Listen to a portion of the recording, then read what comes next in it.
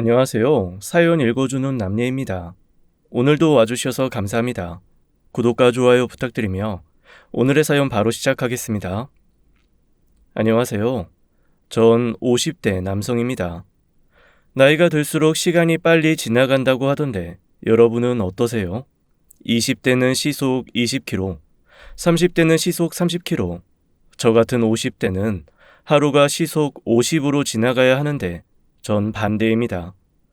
가끔은 시계가 고장 났나 들여다보기도 하네요. 한가한 남자의 하소연은 아니고요. 어느 날 벼락을 맞은 것처럼 인생이 바뀌었다면 그 후 어떨 것 같으세요? 어쩌면 전 운명의 장난 그 한가운데서 태어났을지도 모르겠어요. 제 사연 끝까지 들어주시고 한 말씀씩 해주시면 고맙겠습니다. 앞으로 사는데 큰 도움이 될 것 같아요. 전 출생부터 평탄치가 않았어요. 위로 누나 5에 막내로 태어난 아들입니다. 네, 귀한 아들 맞아요. 어머니의 당신 목숨보다 귀하다는 말 수도 없이 듣고 자랐으니까요. 아버진 제가 어릴 때 지병으로 돌아가셨어요. 어렸을 때 몰랐는데 아버진 돌아가시고 사춘기가 되니까 제 처지가 못 견디게 민망한 순간이 오더라고요. 어머니, 누나들 하는 행동도 마음에 안 들고 언제까지 날 아기 취급할 건지 그때부터 집이 불편해지기 시작했죠. 오죽하면 부모님한테 혼나고 종아리 맞았다는 애가 부러울 지경이었어요. 전 혼나지도 않고 자라서 학교에서 처음 선생님한테 혼났을 때 충격으로 오줌까지 싼 적이 있을 정도였어요. 또 20대 청년이 되니까 웃지 못할 일도 생기더라고요. 친구들은 여자친구랑 헤어지고 싶으면 저한테 왔어요. 동빈아, 네 누나들 좀 빌리자. 혜정이랑 그만 끝내고 싶은데 핑계가 없잖아. 나 누나 5명 있다고 해도 되지? 그런 거 나 모르게 해라. 약 올리냐? 연애 한번 못 해본 친구한테. 약 올리기는 무슨... 야, 미치겠다니까. 별짓을 다 해봐도 안 떨어져서 그래. 고맙다 동빈아. 큰 누나 이름이 뭐랬지? 필람? 웃지 못할 에피소드였죠. 누나들 이름도 동생은 꼭 아들 낳아야 한다고 사납게 지었어요. 큰 누나 필람으로 시작해서 필순까지 남동생 보라고 그랬대요. 막내 누나 이름은 딸은 이제 끝나자는 뜻으로 지었고요. 누나들 다 한 성깔했고 어머니도 목소리가 크셨어요. 귀한 아들이라고 하도 유난을 부리셔서 어딜 가도 전 존재감이 뚜렷했죠. 전학을 하면 한숨 돌리나 싶었는데 그것도 아니었어요. 어머니가 저 잘 부탁한다고 선생님들한테 떡을 돌리고 애들한텐 꼭 빵이랑 우유를 돌렸죠. 제발 그런 거 하지 마시래도 소용이 없었어요. 애들이 저를 엄청난 부잣집 아들로 오해해도 이상할 게 없었습니다. 학교에 떡이랑 빵 돌리지 학용품도 최고급에 도시락 반찬도 화려했으니까요. 하지만 그건 다 누나들의 초라한 도시락을 대신한 거였어요. 큰 누나는 저랑 10살 넘게 차이가 났고 제가 중학교 때 회사를 다녔는데 아침마다 도시락을 싸더라고요. 한 번은 슬쩍 보니까 북어에 고추장 슥슥 묵히더니 그거 달랑 싸서 출근하는 걸 봤습니다. 모든 일이 그런 식이었어요. 6째, 막내 아들이자 외아들인 저는 무조건 최고급에 좋은 거, 누나들은 저 해주고 남은 거 아니면 각자 알아서 사는 게 우리 집 규칙이었죠. 우리 가족만 사는 세상이면 아무런 문제가 없었겠지만 그건 저한테 독이 됐어요. 솔직히 장가들기엔 제 조건이 그렇게 좋지 않았습니다. 동네엔 우리 집 소문이 파다하게 퍼져 있었기 때문에 짝사랑하던 여자애한테 입도 뻥끗 할 수 없었어요. 제가 지나가면 동네 어른들이 수군거렸죠.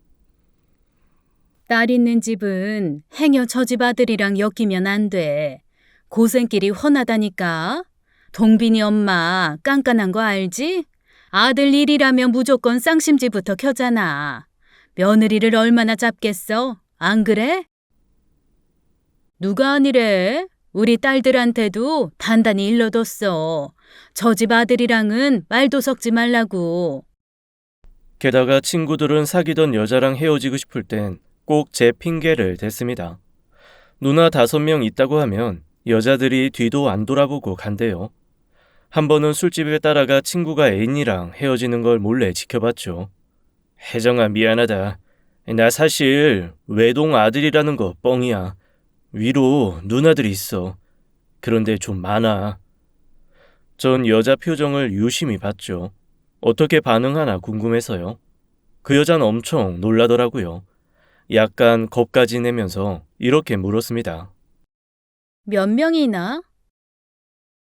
자그마치 5명. 나 6째고 막내 아들이야. 뭐? 야, 그런 건 사귀기 전에 얘기했어야지. 위로 누나를 5이나 둔 주제에 나한테 연애를 걸어? 네가 그랬지? 결혼할 여자 아니면 안 사귄다고. 엄청 진지한 놈인 줄 알았는데 순 사기꾼이잖아. 야, 이 사기꾼이란 말은 심하지 않았냐? 내가 뭐 그렇게 태어나고 싶어서 태어났겠냐? 그건 네 사정이고 오늘부로 너랑 나는 끝이야. 완전 쫑이라고. 다신 나한테 연락하지 마. 알았어? 대충 예상은 했지만 현장을 실제로 보니까 더 충격적이었습니다. 전 얼이 빠졌고 친구 녀석은 실은 여자 떼어냈다고 좋아했어요. 기분 좋다고 한 턱 내겠다고 해서 술을 엄청 마셨죠. 제 앞날이 눈에 보이더라고요. 이래서 장가는 갈 수 있을까? 아니, 연애는 할 수 있을까? 한숨이 푹푹 나왔습니다. 사실 전 연애를 시작하기 어려운 이유가 하나 더 있었어요. 누나들 5에 여자라면 진저리가 쳐졌어요. 끊이지 않는 수다에 머리채 잡고 싸우는 날도 많았고 누나들 귀에 눌렸다고 할까요? 질렸다고 할까요? 여자에 대한 신비감, 환상 같은 게 완전히 없다고 볼 수 있었죠. 그래서 대학에 가서도 연애에 관심이 없었습니다. 하지만 어머닌 며느리에 대한 기대감까지 컸어요. 사위들은 눈 2개, 코랑 입 하나씩이면 결혼 허락이 떨어졌는데 제 미래의 아내는 아주 까다롭게 고를 모양이었습니다. 난 동빈이 섹시되래. 조건 다 볼 거야. 인물, 집안, 학벌, 머리 좋은 것까지 다 볼 거라고. 치열 있지? 이빨 가지런하게 나는 거. 그것도 중요하다. 오복이 왜 있겠어? 누나들이라도 어머니를 말리고 현실을 보게 하면 좋을 텐데 이상하게 더 열을 올렸어요. 맞아, 엄마. 대충 지들끼리 좋아한다고 엮어주면 안 돼. 내 친구 선재 있잖아. 걔네 오빠 이혼했잖아. 이혼? 결혼한 지 얼마 안 되지 않았어? 글쎄, 여자 집에 빚이 엄청 많은데 그걸 감쪽같이 속였대. 월급 받으면 다 친정에 보내고 몰래 아르바이트까지 하면서 친정 뒷바라지 했대. 어떻게 그런 철면피가 다 있어? 자다가도 벌떡 일어날 일이네. 결혼하면 가정에 충실해야지. 친정을 왜 챙겨? 가정에 충실할 아내를 찾는 건 저도 찬성입니다. 하지만 어머니와 누나들 속은 그런 것만은 아니었어요. 제 의사보다는 본인들 입맛에 맞는 여자여야 했죠. 그 까다로운 조건 다 맞출 수 있는 여자가 있긴 할까요? 남의 집 귀한 딸을 데려다 고생시키느니 그냥 혼자 살자. 노총각으로 늙어도 남한테 못할 짓은 하지 말자. 자포자기하며 살고 있었죠. 그런데 저에게도 기회가 오더라고요. 집신도 짝이 있다더니 그 말이 맞았어요. 부끄럽지만 전 제대 후 복학하고 나서 가출을 한 적이 있습니다. 독립하겠다고 하니까 어머니가 절대로 안 된다고 난리를 치시고 누나들도 독립을 하려면 차라리 장가를 가라고 잔소리를 해서 정이 뚝 떨어진 적이 있었어요. 전 몰래 집을 나와 고시원의 방을 얻어 들어갔죠. 방은 정말 형편없었습니다. 칫솔 하나도 안 챙겨 나와서 살림도 없었고요. 아무리 집이 지긋지긋하다고 해도 25이 넘도록 편하게 살아온 건 부정할 수 없었어요. 세탁기 사용법 몰라 헤매야 했으니까요. 밥도 계속 사 먹으니 물리고 컵라면도 하루 이틀이지 집 김치가 너무 먹고 싶어 침만 꼴딱꼴딱 삼키다 결국 고시원 냉장고에 손을 댔습니다. 업소용처럼 키 큰 냉장고에는 고시원 사람들이 자기 반찬을 넣어놓고 보관하고 있었어요. 아무도 없을 때 전 참다 못해 냉장고를 열고 가장 안쪽으로 손을 뻗어 반찬통을 꺼냈죠. 뚜껑을 열자마자 팍 신 김치 냄새가 코를 찔렀어요. 우스운 건 전 집에서 신김치는 쳐다도 안 봤다는 거였죠. 늘 갓 담근 김치만 먹는 게 제 식성이었어요. 하지만 고시원에서 대충 먹고 살다 보니 신김치 냄새도 좋더라고요. 전 고개를 쳐박고 미친 듯이 김치를 퍼먹었습니다. 그때였어요. 이보세요. 맛있어요? 네? 남의 김치 훔쳐먹는 맛이 그렇게 좋냐고요. 그거 내 거거든요. 죄송합니다. 죄송합니다. 진짜 쪽팔리는 일이었죠. 주방에는 아무도 없었는데 하필 제가 먹는 신김치 주인이 나타날 줄은 꿈에도 몰랐어요. 여기 안 보여요? 냉장고 앞에 써 있잖아요. 남의 반찬에 손대지 맙시다. 보이죠? 너무 창피해서 쥐구멍이라도 숨어들고 싶었어요. 얼른 반찬통 뚜껑을 닫아 그분에게 돌려주려고 했죠. 죄송합니다. 할 말이 없네요. 그냥 다 드세요. 그쪽 침 묻은 반찬 먹고 싶지도 않아요. 난 신김치 별로기도 하고. 그 여잔 저한테 반찬통을 다시 주더라고요. 저는 에라 모르겠다. 남은 컵라면에 밥을 싹싹 비웠고 그 사이 여자도 라면을 끓이기 시작했어요. 뭐라고 인사를 해야 할지 너무 먹적었죠. 보니까 근처 승무원 학원에 다니는지 머리를 단정하게 묶고 옷도 꼭 유니폼처럼 입고 있었습니다. 실례가 많았습니다. 정말 너무 창피하네요. 여자는 대답도 안 하고 새침하더라고요. 전 머쓱해서 설거지 깨끗하게 해서 물기까지 닦아주고는 방으로 달아났습니다. 잘했다 잘했어. 남의 김치 몰래 훔쳐먹다가 들키냐. 전 벽에 머리를 박았죠. 완전 체면 구기는 일이었으니까요. 졸지에 신김치 도둑이 되어버렸으니 할 말이 없었습니다. 그리고 이틀 후 일이 벌어졌죠. 우리 고시원은 4층, 5층이 고시원이었어요. 4층은 여자, 5층이 남자층이었고 남자층에 공용 주방이 있었는데 거기서 시비가 벌어진 거였습니다. 올라갔더니 웬 남자가 엊그제 만났던 그 여자를 협박하고 있었어요. 대충 연락처를 달라는 얘기였는데 완전 날건달이었죠. 여자는 아무리 거절해도 남자가 안 떨어지니 무서운 눈치였고요. 전 당시 주변 복싱장을 다니고 있었죠. 그래봤자 초보였지만 그래도 복싱한다 그런 허세가 있었어요. 그리고 여자에게 겁주는 그런 불안당을 치가 떨리도록 싫어했어요. 둘째 누나, 넷째 누나가 그런 남자 때문에 곤욕을 치룬 적이 있어서 상황이 한눈에 파악되더라고요. 어이 형씨, 여자가 싫다는데 왜 이래요? 그만 가요, 네? 너 뭐야? 얘 애인이라도 되냐? 제3자는 꺼져. 알겠냐? 나 아예 사촌 오빠야. 그 손 당장 놔. 안 놔? 그래, 우리 사촌 오빠야. 오빠, 저 사람 이상해. 싫다는데 자꾸 만나자고 하고 연락처 달라잖아. 넌 빨리 내려가서 총무한테 알리고 경찰 불러. 이 자식아, 어디서 수작질이야. 여자한테 이러고 다니는 거 창피하지도 않냐? 어쭈, 때리려고? 때려봐. 내세울 게 주먹밖에 없는 것 같은데 때려보라고. 그때였어요.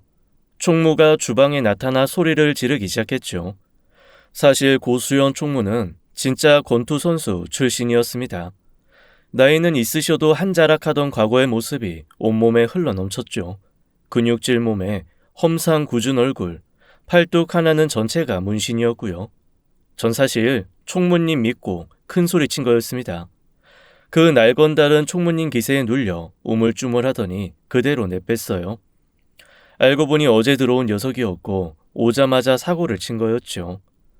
총무는 열받아서 당장 쫓아낼 거라고 하더라고요. 그렇게 전 신김치에 대한 보답을 제대로 하게 됐죠. 여자는 눈물이 글썽글썽해서 절 보더라고요. 그 이후 뭔가 느낌이 좋았어요. 역시나 주방에서 마주칠 때마다 그 여자는 먹을 걸 그렇게 주더라고요. 빵, 음료수, 과일까지. 어느새 우리는 오빠 동생 하는 사이가 됐습니다. 그 앤 지방에서 올라왔고 항공사 시험 준비를 하고 있더라고요. 꿈이 외국 항공사에 들어가 전 세계를 누비는 거랬어요. 그러면서 저한테 묻더라고요. 왜 여기에서 지내냐고요. 솔직히 말했죠. 홀어머니, 누나 다섯인 집 막내 아들인데 집이 너무 갑갑해서 나왔다고요. 독립할 거면 장가 가라는 잔소리를 듣고 가출한 거라고 했더니 웃더라고요. 아직도 그런 집이 있냐고, 그런 북적북적해서 심심하진 않겠다는 거였어요. 그 친구는 저보다 한 살이 어렸고 아버지랑만 살았다고 하더라고요. 어머닌 일찍 돌아가시고 외동딸로 할머니 밑에서 컸대요. 그래서 친구 많은 집이 부러웠다고 하는데 제가 막 손을 내저었죠. 상상하는 거랑은 많이 다르다고. 오죽하면 내가 장가 들길 포기했겠냐고 했더니 또 배를 잡고 웃는 거예요. 무슨 시트콤 찍어? 오빠 은근히 말 재미있게 한다. 진짜 그런 이유로 장가 안 갈 거야? 보영이 너 진짜 아무것도 모르는구나. 내가 미리 알려주는데 결혼하려면 아들 많은 집에 가. 알겠어? 그게 팔자 편할 거야. 난 노총각으로 사는 게 100번 나아. 누가 나한테 시집 오겠냐. 우리 어머니랑 누나들이 얼마나 유난인데. 운명의 장난인지 제 얘기에 깔깔거리며 웃던 보현이는 그로부터 3년 뒤 저와 결혼을 하게 됐습니다. 그땐 몰랐어요. 제가 장가를 가고 신부가 보현이가 될 줄은 상상도 못했죠. 고시원에서 만나고 1년 뒤 전 다시 집으로 돌아갔고 보현이는 외항사 대신에 국내 항공사에 합격했습니다. 그리고 우린 사귀기 시작했어요. 항공사 입사 후 만난 보현이는 제가 알던 동생이 아니었습니다. 사회초년 생티가 하나도 안 나고 너무 여성스럽고 예쁘더라고요. 승무원 생활로 세련미까지 더해져서 제가 완전히 반했죠. 바보처럼 말까지 버벅대고 좋아하는 티를 팍팍 낼 수밖에 없었습니다. 보현이는 그때 인기 최고였고 쫓아다니는 남자들도 있었는데 그때도 제가 보호자인 척 해줬어요. 사촌 오빠가 됐다가 친오빠도 됐다가 어느 날은 애인인 척도 했는데 하루는 보현이가 그러더라고요. 진짜 자기 애인 하면 안 되냐고 묻는데 와, 심장이 막 튀어나올 것 같았어요. 전 그랬죠. 연애만 하는 거면 오케이라고요. 대신 딱 2년만 사귀고 헤어지자고 약속까지 했습니다. 알지? 에이, 나 결혼 생각 없는 거. 우리 딱 2년만 사귀는 거다. 그래, 너무 잘 알아. 그럼 우리 오늘부터 1일? 너무 행복하다. 사실 진짜 고백하고 싶었는데. 그랬어? 아이, 사실은 나도 너 좋아한 지 한참 됐어. 괜히 부담 주기 싫어서 안 그런 척 하느라 혼났다, 야. 막상 사귀니까 너무 행복하고 좋았어요. 물론 집에는 절대로 비밀로 했죠. 완전히 여자에는 관심 없는 척 연기를 철저히 했어요. 그러는 동안 전 대학 졸업하고 취업을 했습니다. 애인 있는 친구들 하나둘 결혼하는 거 보니까 너무 부럽더라고요. 하지만 전 속마음을 숨기기 바빴죠. 보현이도 결혼 얘기는 절대로 안 꺼냈어요. 어느새 우린 사귄 지 2년이 다 됐고 약속한 대로 헤어져야 할 날이 다가왔습니다. 보현이가 의미심장한 표정으로 말을 하더라고요. 1년 뒤 유학을 떠날 거래요. 그러니까 그때까지 사귀자, 우리. 지금은 절대로 헤어지기 싫어. 1년 후에 나 유학 가면서 자연스럽게 헤어질 텐데 미리 그러지 말자. 유학 확실히 결정한 거야? 승무원 그만두고 다른 일 해보려고. 영국에 갈 거야. 어학원부터 다니면서 영어 더 공부하고 학교도 알아보려고. 1년을 더 만날 수 있다니 기쁘기도 하면서 우리 처지가 짠했어요. 서로 너무 사랑하는데 헤어져야 하는 상황이 미안하고 애가 탔습니다. 그래도 어쩔 수 없었어요. 그때까지도 집에선 제가 연애하는 걸 아무도 몰랐습니다. 어머니와 누나들이 연애 좀 하라고 아무리 잔소리를 해도 꼼짝도 안 했어요. 당연히 엄청 시달렸지만 모르는 척 시치미를 뗐죠. 사귀는 사람 있다고 입을 여는 순간 행복은 끝이 날 걸 알았거든요. 하루는 어머니가 저한테 개명을 하자고 하시더라고요. 개명을 왜 해요? 귀찮게 해. 너 이름 때문에 장가를 못 가는 거래잖아. 엄마가 여기 이름 받아왔으니까 한번 봐라. 아이, 싫어요. 이상한 데 돈 쓰시네, 어머니. 싫은 게 어딨어? 너 장가 못 가서 대가 끊기면 난 조상님 얼굴 제대로 못 본다. 얘들아, 이제부터 동빈이라고 부르지 말고 지봉이라고 불러. 알았어, 엄마. 근데 이름도 참 희한하게 지어왔네. 구지봉? 열매 이름이야 뭐야? 효엄 떨어져 이거사. 입 조심해. 얼마나 비싼 돈 주고 지어온 이름인데 어디서 입초사를 떨어? 어머니 성화에 저는 구지봉으로 이름을 개명하게 됐습니다. 은행부터 통신사까지 바꿔야 할 게 많아서 귀찮았지만 어쩔 수 없었어요. 여자친구는 제 얘기를 듣고 배꼽이 빠져라 웃었죠. 지봉? 구지봉? 너무 웃긴다 진짜. 웃을 일 아니야. 오죽하면 내가 그 귀찮은 걸 참으면서 네 얘기를 안 꺼냈을까. 아마 말 나오는 즉시 당장 결혼하라고 하셨을걸. 그렇게 전 가족들의 잔소리를 한 귀로 흘리면서 버티고 버텼죠. 그러다 일이 벌어졌습니다.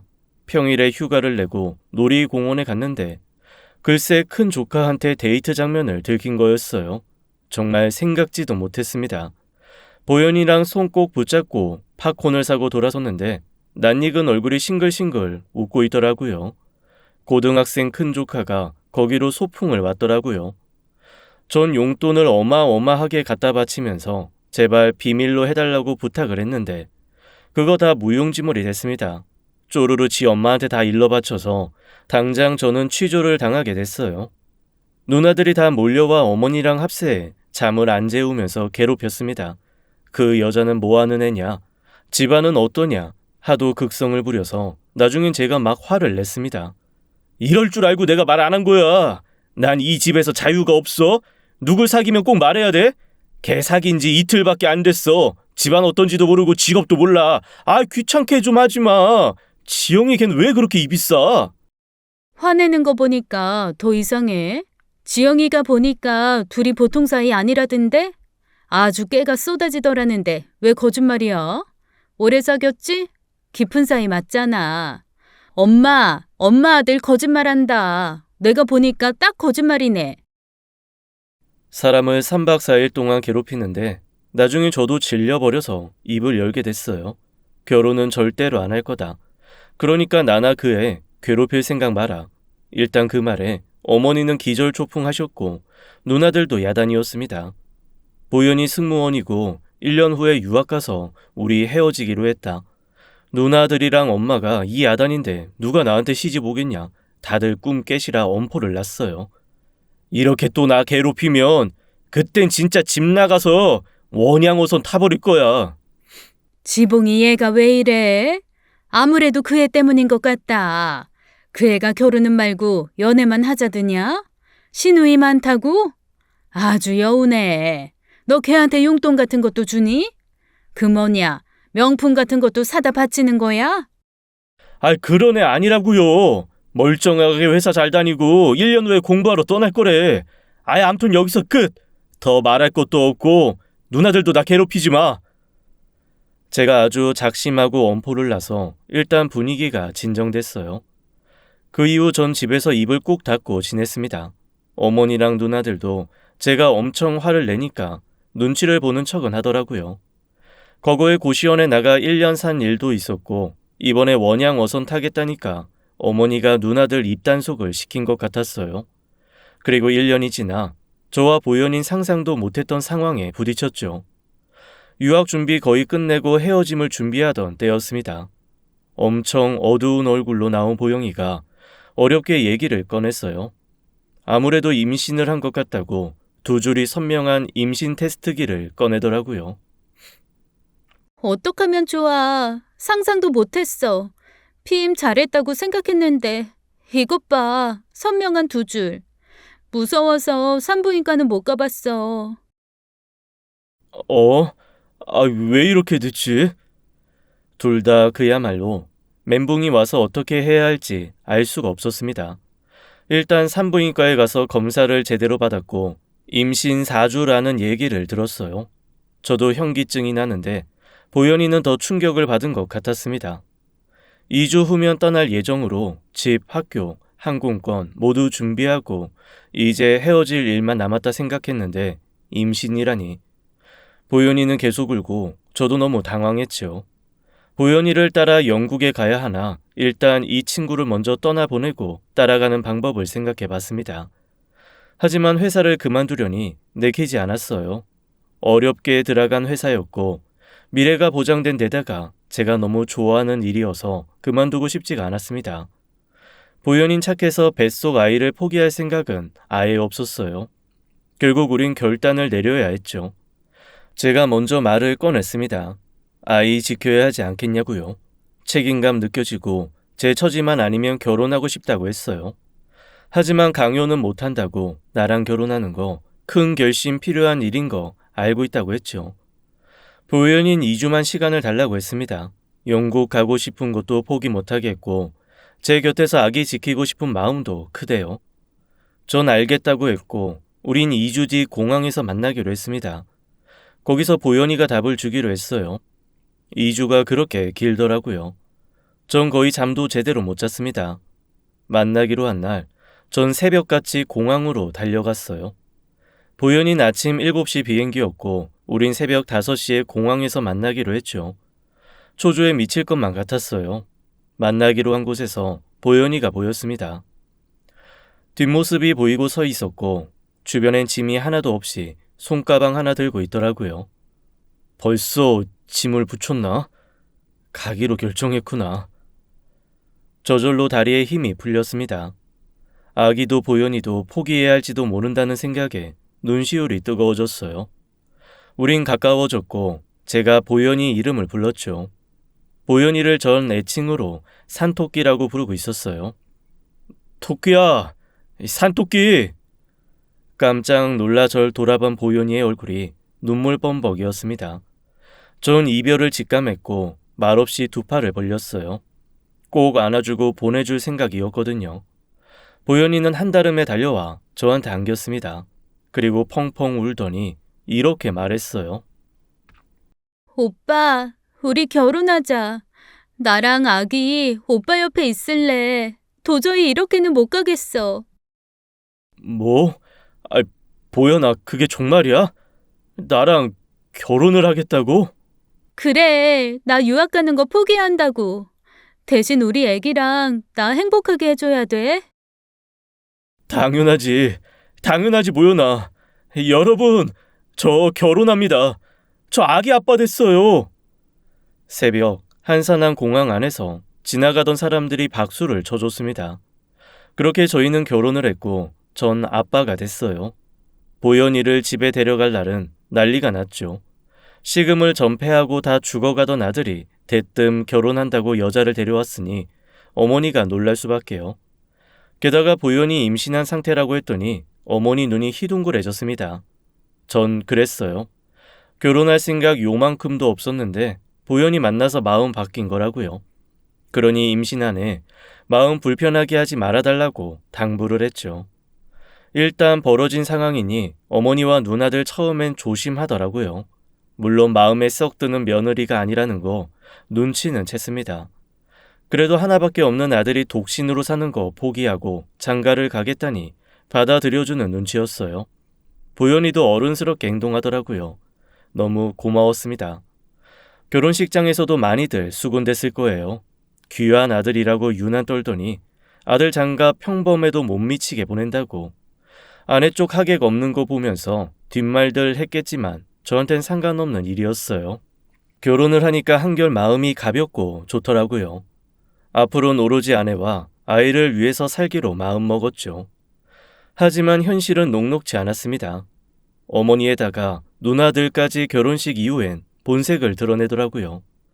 전 아내를 지키려고 노력을 많이 했지만 솔직히 역부족이었어요. 몰려오는 파도를 하나 피하면 또 다른 파도가 밀려오고 정신 못 차리는 사이에 파도가 겹겹이 쌓이는 꼴이었어요. 어머닌 근본 없는 집에서 며느리를 들였다고 화를 자주 내셨습니다. 넌 어디서 그런 애랑 연애를 해? 지금 임신했으니 가만히 있는다만 애만 낳아봐라. 하나부터 열까지 가르칠 거 투성이야. 친정엄마가 일찍 돌아가셨다니 뭘 배웠겠어? 그러지 마세요, 제발. 보현이 승무원 생활하면서 한식, 양식 조리사 자격증도 따고 엄청 열심히 사네요. 집에도 가보면 먼지 한 톨 없어요. 낭비도 모르고요. 그런 애를 뭘 가르친다고 그러세요. 그럴 시간에 누나들 집에 나가봐요. 누나들도 살림 엉망이던데 어머니 괜히 그러셔. 너 벌써 네 안사람 편드니? 그나저나 꼭 아들을 낳아야 할 텐데. 누나들 전화도 빗발쳤어요. 생일을 왜 안 챙기냐? 임신은 혼자 하는 거냐? 저보고 아침은 꼭 얻어먹고 다녀라. 한마디씩만 해도 잔소리가 5번이니 환장할 지경이었죠. 전 그랬습니다. 나한테 잔소리할 시간에 매형들한테 잘하라고요. 싸우기도 싫고 말 섞기 귀찮아 과묵하던 제가 그러니까 누나들도 처음엔 적응을 못했습니다. 장가 가더니 변했다. 유별나게 군다고 하도 그래서 저도 맞받아 쳤어요. 누나들 태교한다고 유난 떨던 거 다 기억하고 있다고. 잘못하면 조카 얼굴 못 볼 줄 알아라. 총력을 다해 방어했습니다. 그렇게 시간은 흘러 예정일이 이틀 지나 출산을 하게 됐죠. 딸이었고 우린 너무 기뻤어요. 꼬물거리는 신생아가 너무 예뻐 둘 다 정신을 못 차렸습니다. 조리원에 있을 때 시간이 어떻게 가는지도 몰랐어요. 우리 공주 눈동자가 꼭 보석 같지. 이렇게 예쁠 줄 몰랐어 정말. 요 입 좀 봐. 왜 이렇게 귀여워. 핸드폰 사진첩 터질 것 같아. 벌써 우리 딸 사진 한 500장은 있을걸. 고마워 자기야. 하지만 조리원 밖에선 난리였습니다. 어머님 벌써 둘째는 꼭 아들을 낳아야 한다고 벼르고 계셨어요. 누나들은 또 자기들은 애 낳고 조리원 같은 데는 구경도 못했다면서 저희가 유난을 떤다고 하더라고요. 조리원에서 나와 집으로 가던 날 누나들과 어머니가 순서대로 들이닥쳤습니다. 제발 그러지 마시라고 신신당부를 했는데 어머니는 처음부터 말실수를 하셨어요. 이번에는 나도 할 말 해야겠다. 몸 추스르면서 둘째 준비해. 내가 아들 낳는 비법 다 전수해 줄 테니까 고지고대로 다 하고. 지봉이 귀한 아들이다. 가문의 대를 이어야 돼. 내 말 무슨 말인지 알지? 모르겠어요, 어머니. 우리 아기 이제 막 집에 왔는데 그게 무슨 말씀이세요? 아기 좀 보세요. 너무 예쁘지 않아요? 내 아들 닮아 귀티나게는 생겼구나. 그래봤자 딸인데 뭘. 난 간다. 벌써요? 아기 안아보시지도 않고요? 필요 없다. 그동안 너 임신 중이어서 내가 봐줬는데 집제사랑 행사부터 시누이들 생일 다 챙겨라. 내가 너 어떻게 하는지 지켜볼 거야. 알았어?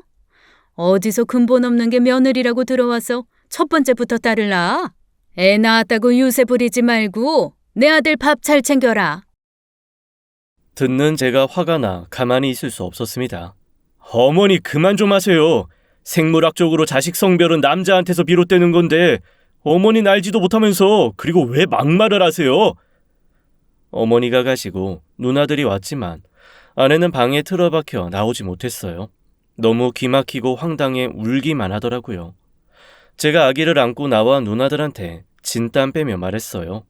아내가 많이 아프다고 앓으면서 헛소리까지 했다고 얼른 아기만 보고 가라고 했습니다. 눈치가 없는 건지 못되게 굴기로 작정을 했는지 누나들은 점심때 와서 중국 음식 시켜 먹더니 저녁까지 먹고 간다고 죽치고 있는 걸 제가 간신히 쫓아냈어요. 그 이후 아내는 시련을 겪게 됐죠. 딸을 낳았다는 이유로 어머니는 며느리를 잡았고 누나들도 기다렸다는 듯 하나부터 10까지 사사건건 다 간섭을 하기 시작했어요. 집안 살림부터 자식 키우는 거, 내조하는 문제까지 아내에게 종일토록 연락을 하는 것 같았습니다. 참다 못한 아내가 누나들과 어머니의 통화 내용을 다 녹음해서 저한테 음성 파일로 보냈더라고요. 저도 못 들어줄 정도였어요. 하다못해 화장실 청소 방법까지 이렇게 해라 훈수를 두는데 저도 모르게 누나들 미쳤다는 말이 튀어나오더라고요. 아내가 전화번호를 바꾼 것도 정말 여러 번이었어요. 하지만 나중에 아내는 두 손 두 발 다 들었죠. 결국 전화 없앤다고 하고 연락을 끊더라고요. 전 미안하다는 말밖에는 할 수가 없었습니다. 누나들이랑 싸우는 것도 지치더라고요. 어머니는 계속 아들을 낳으라고 강요를 하셨고 한 번은 아들을 셋 낳은 여자가 입던 속옷을 눈앞에서 입으라고 우기셨어요. 아내는 결국 참지 못하고 어머니한테 대들었죠. 그만 좀 하세요. 성별을 어떻게 정해서 낳아요? 둘째가 딸이면 또 아들 낳으라고 똑같이 이러실 거예요? 당연하지. 넌 우리 집에 시집 오면서 그만한 각오도 안 했니? 홀아버지 밑에서 컸다더니 티가 이렇게 나는구나. 너 우리 집 우습게 보지 마라. 크는 동안 막 자랐다고 결혼해서도 되는 대로 살려고 하지 말라고. 어머니 제발요. 그런 말씀 좀 하지 말아주세요.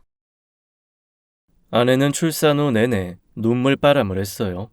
결국 아내는 어머니, 누나들을 당분간 보지 않겠다 선언하고 모든 걸 저한테 맡겼습니다. 1년 후엔 정신과 다니면서 우울증 진단을 받았고요. 당연히 부부싸움도 잦아졌죠. 원망을 할 사람이 저밖에 없었겠지만 저도 지쳐가기 시작했어요. 제 입에서 우리 엄마 원래 그런 사람이다. 누나들 잔소리 하루 이틀이냐 이런 말이 나오더라고요. 다 결혼 전에 제가 예상한 일들이었습니다. 애기 돌 지나고 부부 사이 엉망되면서 그제야 후회가 되더라고요. 이럴 줄 알았으면서 연애하고 결혼한 제가 원망스러울 지경이었죠. 아내는 1년쯤 누나들과 어머니를 보지 않다가 다시 억지로 만나고 또 상처받고 만나지 않다가 다시 만나게 되는 상황을 반복하게 됐어요. 어머니와 누나들은 그래도 막무가내였죠. 늘 자기들 하고 싶은 말이 먼저였고 아픈 아내 마음은 안중에도 없었습니다. 그 사이 우리 딸 정민이는 초등학교를 졸업하고 중학생이 됐어요. 부부 사이의 결혼 전의 애틋함, 연애할 때의 사랑하던 감정은 없어진 지 오래였죠. 이혼 위기도 서너 번 있었지만 힘든 결혼 생활, 딸을 보면서 간신히 이어오고 있었어요. 아내와 전 어머니 성화에 임신을 여러 번 시도했지만 정민이 이후 임신 소식은 없었습니다. 스트레스가 가장 큰 원인이 아니었을까요? 어머니는 여전히 제 딸 정민이를 본체만체 하셨고 아내는 변함없는 그 무정함에 치를 떨었어요. 어떻게 정민이한테 이렇게 무심하실 수가 있어? 중학교 입학한 거 알긴 아셔? 여전히 어머니는 당신이 1순위야. 우리 정민이 딸이라고 손주 취급도 안 하는 게 말이 돼? 나 죽어도 이 억울함, 원통함 못 잊을 것 같아. 나는 무시당해도 내 새끼 무시당하는 걸 어떻게 참아. 그만 좀 해. 아직도 어머니 몰라? 나도 지긋지긋하다. 완전히 당신한테 속았어. 영국 가는 거 포기하고 공항에서 결혼하겠다고 했을 때 뭘 했어? 나랑 애기 행복하게 해주겠다고 하더니 이게 뭐야? 약속 못 지켰지? 이게 행복이야 어디? 그만 좀 하라고. 나도 최선을 다했어. 지난 일은 좀 잊어라. 너 계속 그렇게 살면 병 걸려. 뭐? 당신 말 다 했어? 그날의 말다툼 이후로 아내는 저에게 1년 동안 말을 안 하더라고요. 결정적으로 어머니가 또다시 집에 찾아와 왜 한 집안의 대를 끊어놓냐고 막말을 하셨고 중학생인 정민이가 대드는 일이 벌어졌어요. 제가 태어난 게 할머닌 그렇게 못마땅하세요? 아들 아니라 서운하다는 소리, 나 때문에 대가 끊겼다는 소리 수십만 번 들었어요. 저 태어나지 말았어야 했어요? 아니 말하는 꼬락서니 보게. 그러는 거 누구한테 배웠어? 네 엄마가 그러라고 시키디?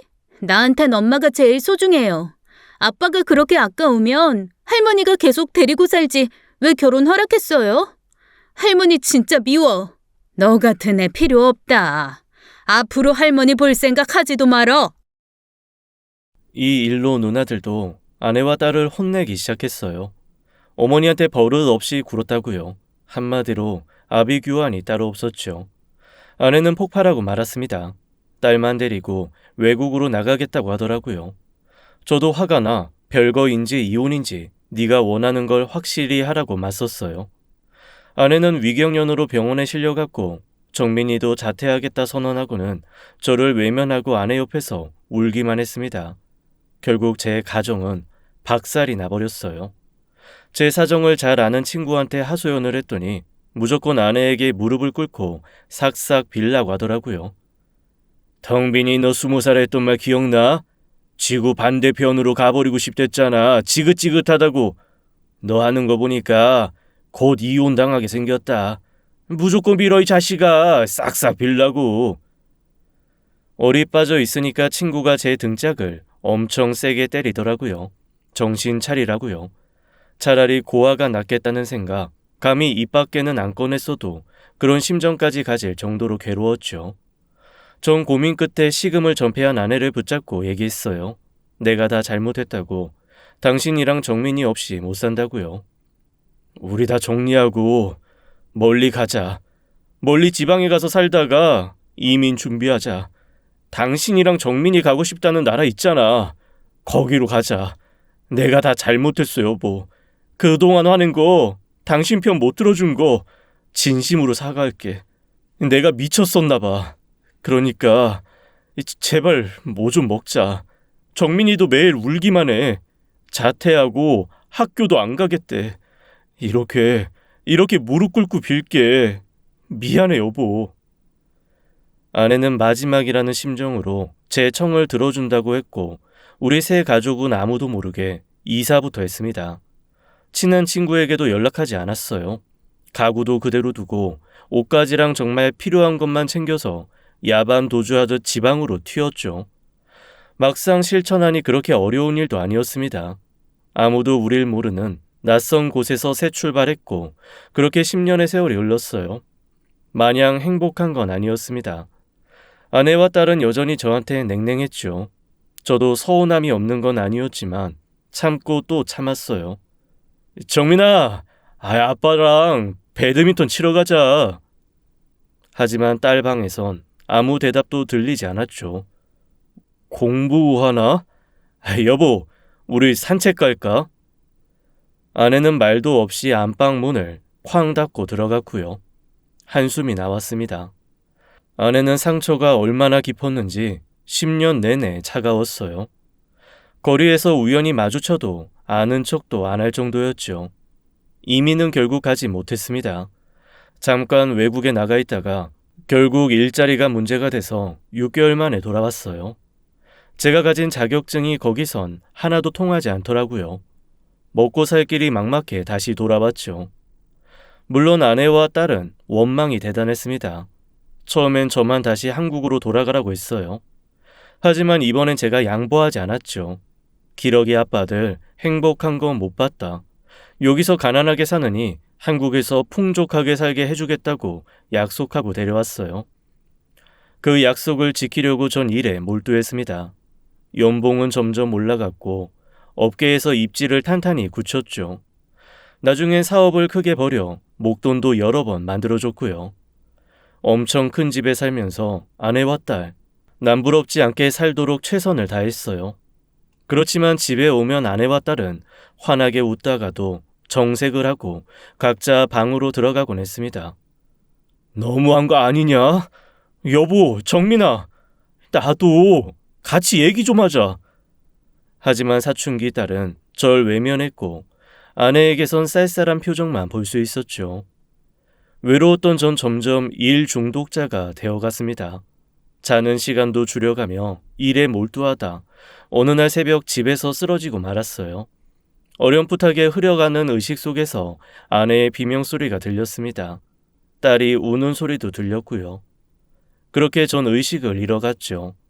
눈을 떠보니 병원이었습니다. 의사 말로 일주일 넘게 의식이 없었다고 하더라고요. 가까이서 누군가 제 이름을 부르는 소리가 들렸고 소름이 끼쳤습니다. 큰 누나 보여? 내 목소리 들려? 여기 누나들 다 있어. 엄마 울고 계시잖아. 막내야, 막둥아. 내가 잘못 들은 거지? 꿈이지? 당신들이 여기 왜 있어? 왜? 전 충격 속에 손을 뻗어 허우적거렸습니다. 꿈이라면 깨야 했고 아내나 딸이 제 손을 잡아줬으면 했어요.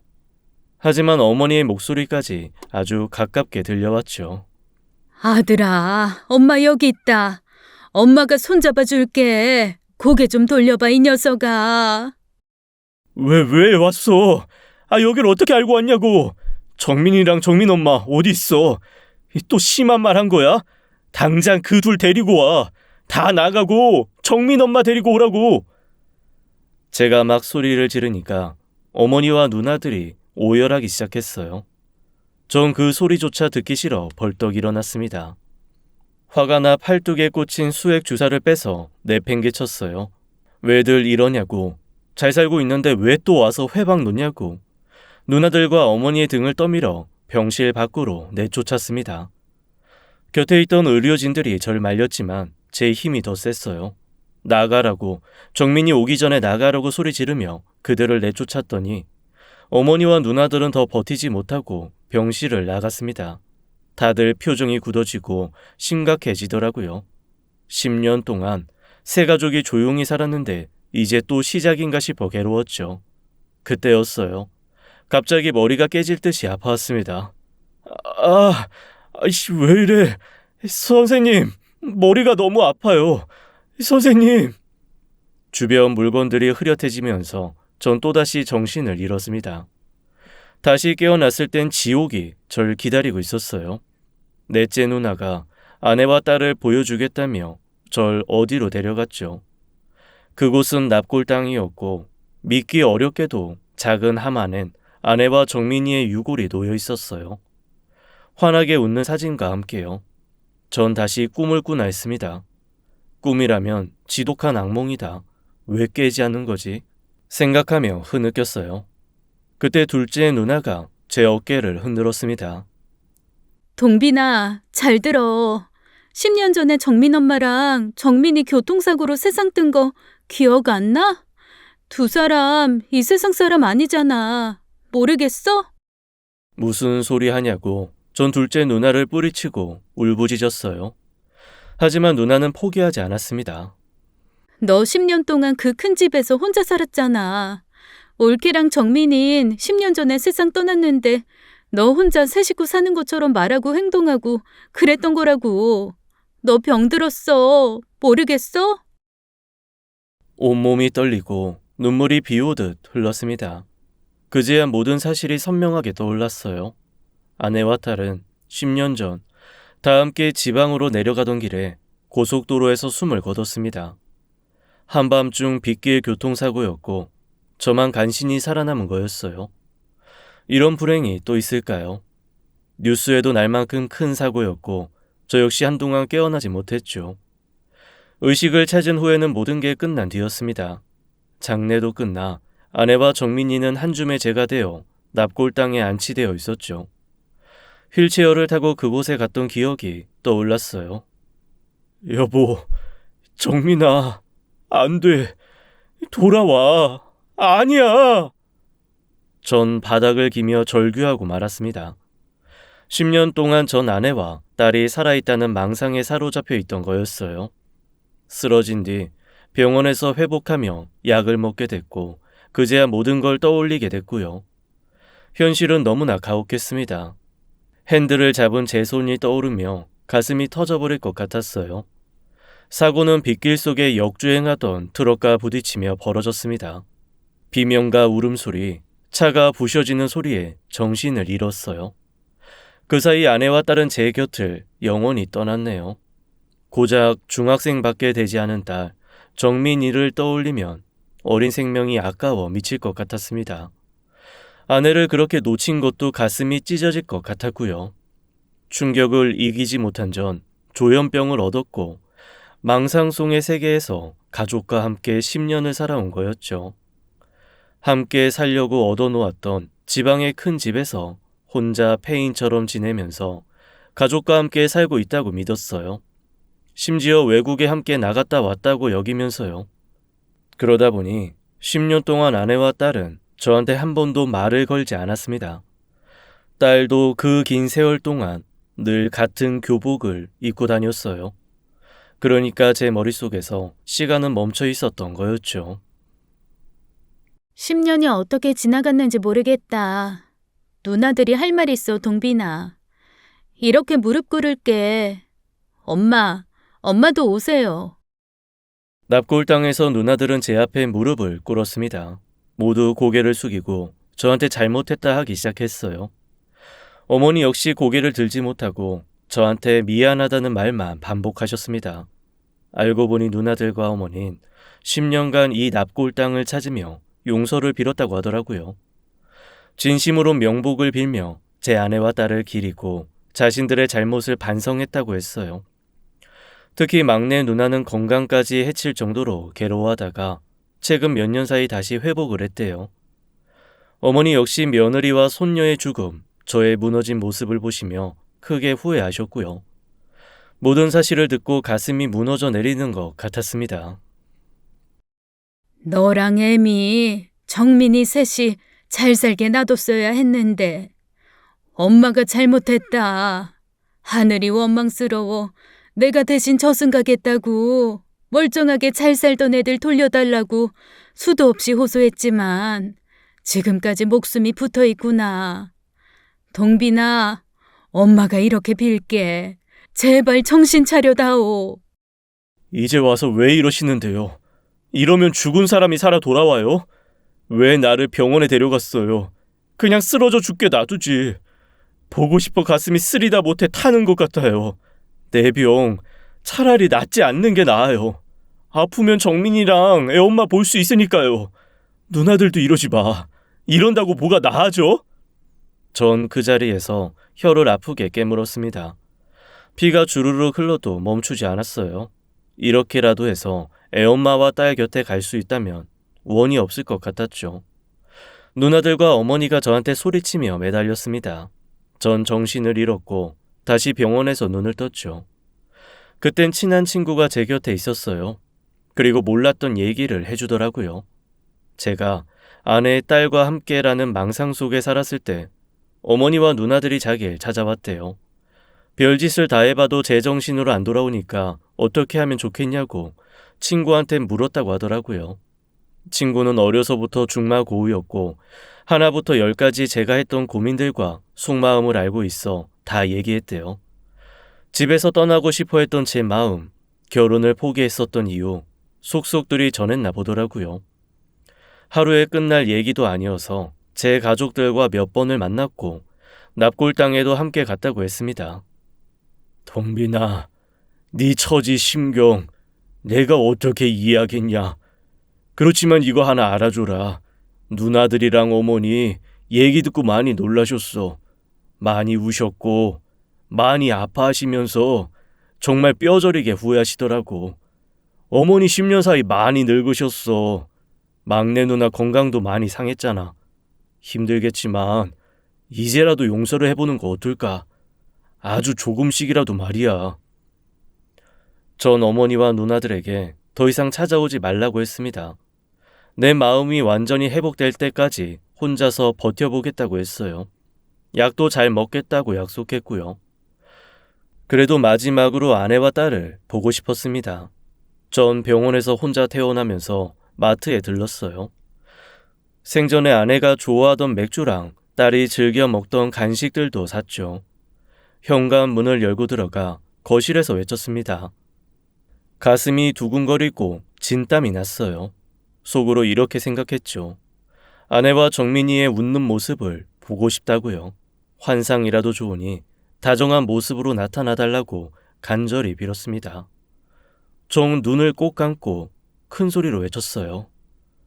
여보, 우리 치킨에 맥주 한잔 할까? 정민이도 나와봐. 아빠가 과자 사왔다.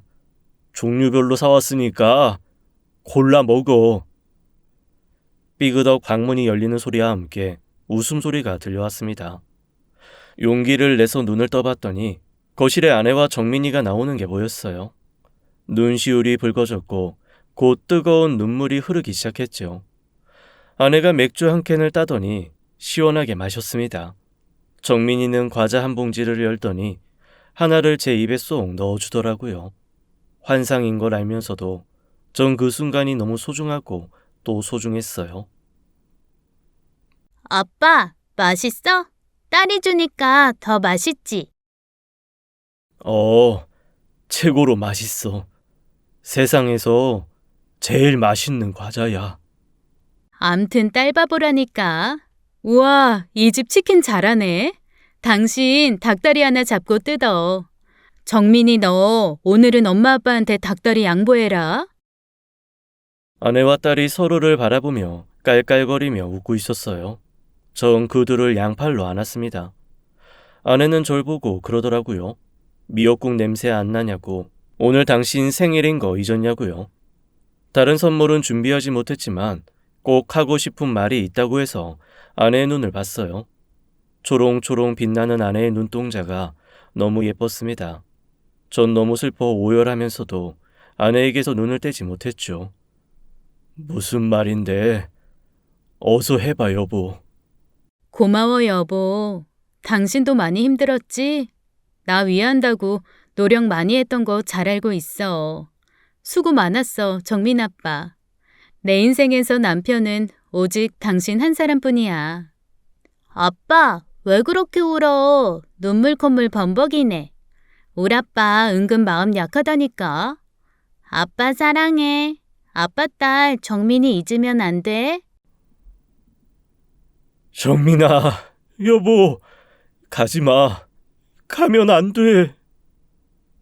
하지만 정신을 차려보니 전 혼자였어요.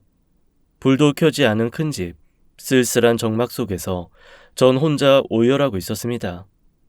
방금 전까지 곁에 있는 것처럼 느껴졌던 딸과 아내는 그 어느 곳에서도 찾을 수가 없었어요. 차가워도 좋으니, 아까처럼 웃지 않아도 좋으니 제 망상이 계속됐으면 했습니다. 전 간절한 심정으로 다시 눈을 감았다 떴어요. 하지만 여전히 전 혼자였죠.